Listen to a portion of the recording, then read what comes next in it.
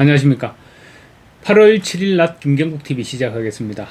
미국 의회가 지난달 한국에서 시행된 개정정보통신망법을 두고 압박성 항의사안을 한국 정부에 공식적으로 보내왔습니다.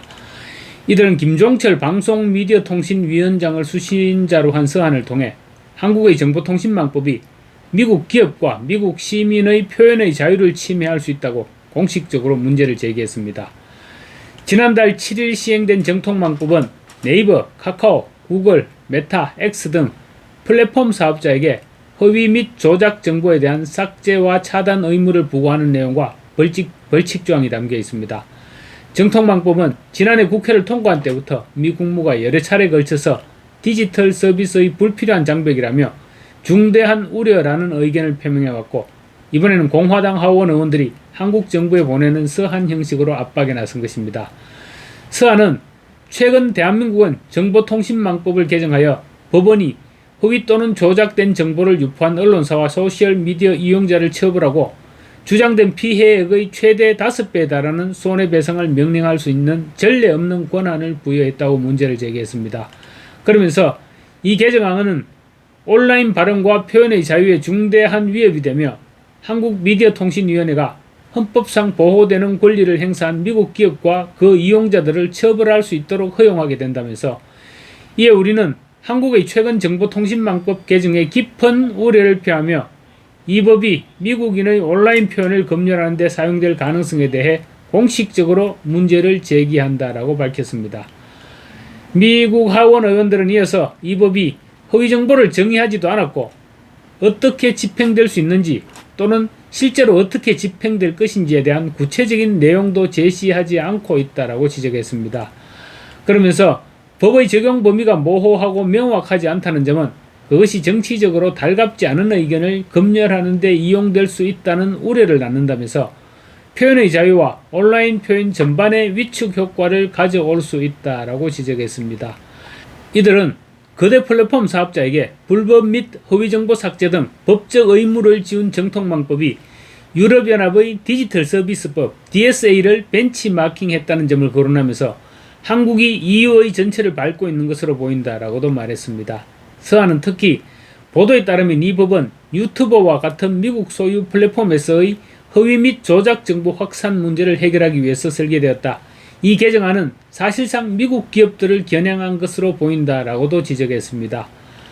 또 방송미디어통신위원회가 기업들이 개정법을 준수할 수 있도록 일정한 유예기간을 제공하고 있다라고 밝힌 것과 관련해서도 결국 이 법은 미국 기업들로 하여금 한국 정부가 허위 또는 조작된 정보라고 판단하는 게시물을 삭제하도록 강요할 수 있으며, 그렇지 않을 경우 막대한 벌금과 제재를 부과할 수 있다면서, 이는 결국 한국 정부가 미국 기업들에게 정치적으로 마음에 들지 않는 발언까지 삭제하도록 압박할 수 있다는 뜻이며, 여기에는 한국에서 열람 가능하거나 한국 이용자들이 공유한 미국 시민들의 표현도 포함될 수 있다라고 강조했습니다. 이어서 우리는 대한민국 정보통신망법 개정에 대해 우려를 표하며 방미통위가 이 법을 어떤 식으로 집행할 계획인지 보다 정확히 이해하기 위해서 공식 브리핑을 요청한다. 브리핑은 가능한 신속하게 진행해주기 바라며 늦어도 2026년 8월 20일 오전 10시 미국 동부 시간으로 오전 10시 이전까지 개최해주기를 요청한다라고 밝혔습니다. 서한에는 짐 조던 하원 법사위원장과 함께 스콧 피츠제럴드 규제개혁 및 반독점 소위원장, 데르 라이사 인공지능 및 인터넷 소위원장, 마이클 바움가트너 연방하원의원 등이 공동으로 서명했고, 마크 루비오 국무장관을 참조 명단 이름에 올렸습니다. 하원 법사위는 지난달 한국 정부가 쿠팡을 비롯한 미국 기업을 차별적으로 대우하고 있으며, 이는 한미 무역 합의 위반이라고 주장하는 보고서를 발표하기도 했습니다. 서한은 특히 한국 정부의 공식 브리핑을 요구하면서 2026년 8월 20일까지 답변 시한을 제시했는데, 시한까지 답변을 하지 않을 경우 의회 차원에서 행동에 들어갈 수도 있다는 독촉장이 셈입니다. 미국 하원 법사위가 답변 시한을 제시했다고 해서 자동으로 제재가 발동되는 것은 아니지만, 공화당이 다수인 하원 법사위가 취할 수 있는 조치는 상당히 다양합니다. 우선 가장 가능성이 높은 것은 공개 청문회 개최입니다. 쿠팡 때처럼 구글과 메타, X, 쿠팡 등 미국 기업 관계자들의 출석을 요구하고 한국 정부의 규제가 미국 기업을 어떻게 압박하고 있는지 정언을 청취할 수 있습니다. 표현의 자유 침해 여부를 검증하고 한국 정부 정책을 공개적으로 비판할 수 있습니다. 짐 조던 위원장은 그동안 SNS 검열 문제를 계속 다뤄온 인물이라서 이 방식이 가장 익숙할 것으로 보여진다는 분석입니다. 또 이미 쿠팡 문제를 다룬 보고서를 발표했기 때문에 이번에는 정보통신망법을 통한 한국 정부의 미국 플랫폼 규제 사례 등을 묶은 강도 높은 공식 보고서가 나올 가능성도 있습니다. 미국 의회 보고서는 이후 행정부 정책에도 영향을 주는 경우가 많습니다. 그리고 하원 법사위 차원에서 국무부와 미국 무역대표부 USTR에 한국 정부의 조치를 무역 장벽으로 검토하라는 공식 권고를 할 수도 있습니다. 이 단계가 되면 단순한 표현의 자유 문제가 아니라 한미 통상 문제로 성격이 바뀌게 됩니다. 동시에 USTR에 무역 협상 의제로 올리도록 압박할 가능성도 배제할 수 없습니다. 미국은 디지털 무역과 플랫폼 규제, 미국 기업 차별 문제를 FTA 협상이나 무역 협상 카드로 자주 사용해왔습니다. 실제로 구글과 메타, 애플, 아마존 관련 규제를 미국이 여러 나라와의 협상에서 문제 삼은 사례가 있습니다. 한국도 예외가 아닐 수 있습니다. 또 국무장관과 주한미국 대사 그리고 트럼프 대통령에게 한국 정부와 공식 협의하라는 압박을 가할 수도 있습니다.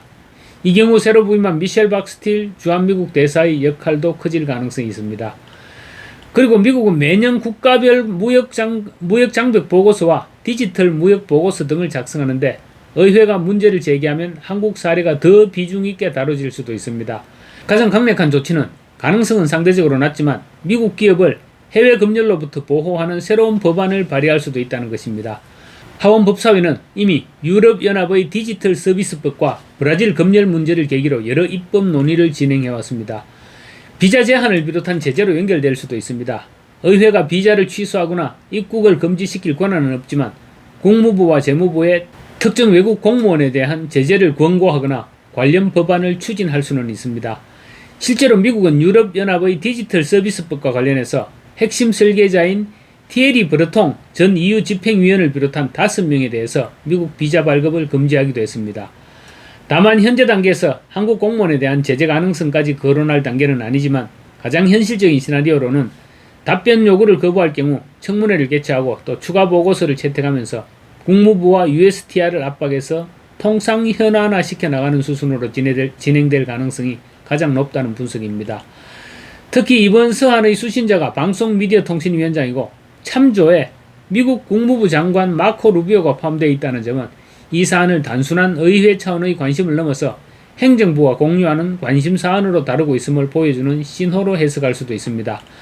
전체적으로 보면 이 서한은 단순한 항의사안이 아니라 표현의 자유와 미국 기업에 대한 규제가 한미 통상 및 외교 현안으로 확대될 수 있다는 문제의식을 담은 공식 문서라는 점이 핵심입니다.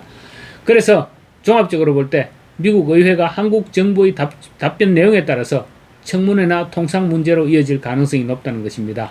정부가 어떻게 대응할지 지켜보겠습니다. 마치겠습니다. 감사합니다.